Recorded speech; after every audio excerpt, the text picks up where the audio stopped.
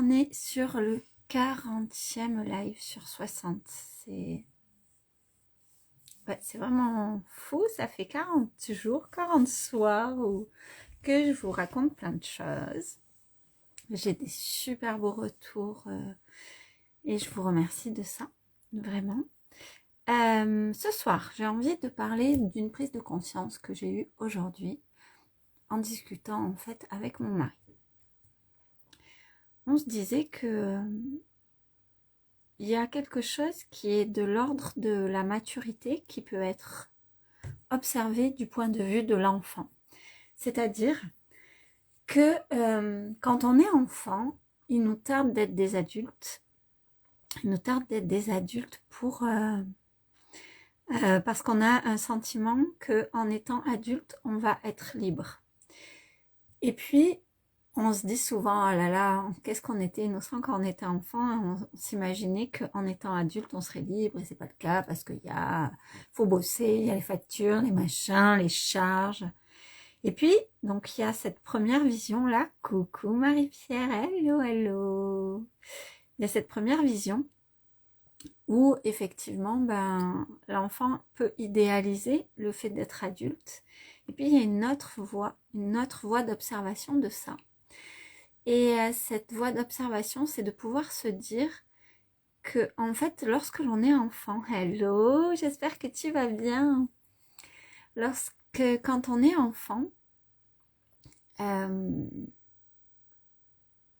pressent que en étant adulte, on va pouvoir comme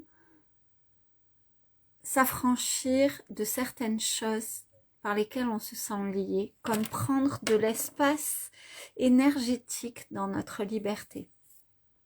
Par exemple, lorsqu'on est enfant et qu'on sent qu'on n'a pas de pouvoir décisionnaire sur certaines choses, on idéalise et on attend et on fantasme et on espère être, il nous tarde d'être adulte pour pouvoir prendre ses décisions. Et dans cette vision-là, il y a quelque chose qui est extrêmement juste, c'est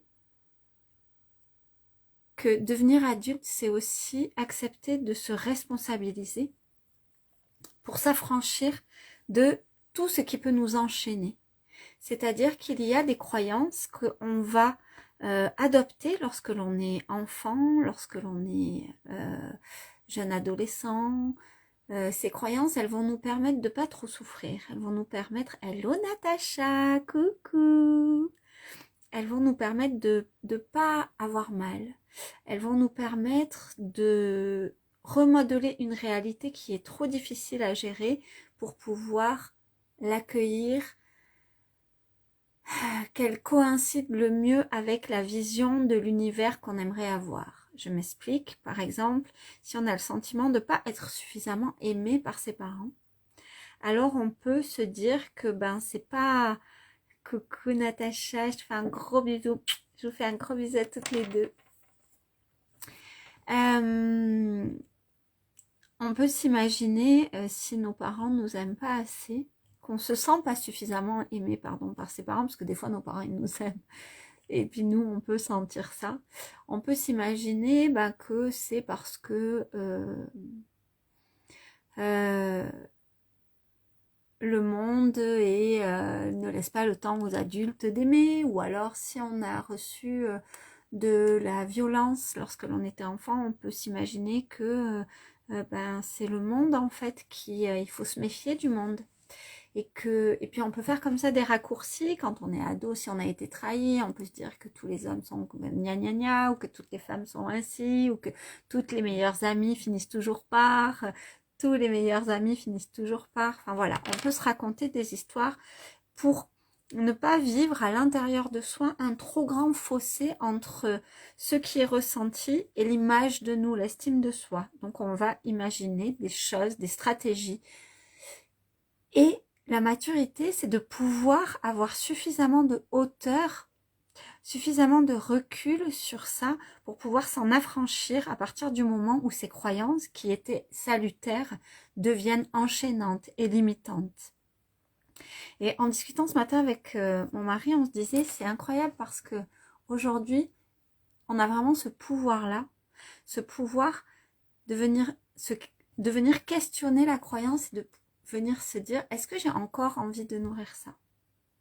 On a vraiment ce pouvoir, et c'est là la grande liberté de l'adulte, que de pouvoir observer sa vie et se dire, mais ce truc que je reproduis, ce truc que je me suis raconté, pour reprendre l'exemple, par exemple, ce truc de me dire, ben, tous les hommes sont comme ça, ou toutes les femmes sont comme ça, et forcément, dans ma vie, je vais être amenée à rencontrer des hommes ou des femmes comme ça. Et ben, si on reprend ça, et que juste on se dit, mais je veux plus attirer ce type de situation, je veux plus attirer ce type d'expérience, comme pour avoir raison, comme pour créer une réalité qui coïncide avec cette croyance qui est devenue si petite pour l'être que je suis. Je crois qu'elle est là pour moi, la maturité. La maturité, c'est pouvoir se dire, c'est ok avec ça, merci beaucoup. Et puis aujourd'hui, je vais voir plus grand, je vais m'affranchir de ça, je vais choisir de dépasser, d'aller encore plus loin et de me sentir profondément libre. Je vais aller puiser en moi cette force qui dit, ok, à un moment donné, ça remettait juste en question une part de toi qui n'était pas suffisamment aimée, une part de toi qui s'est fait trahir et que c'était pas agréable pour elle. Et ça, je vais aller le penser avec un A, le choyer, le guérir, l'aimer, de sorte que je puisse m'affranchir totalement de cette vision-là pour m'offrir une vision tellement plus grande. Je crois que c'est la grande, grande magie de l'âge adulte.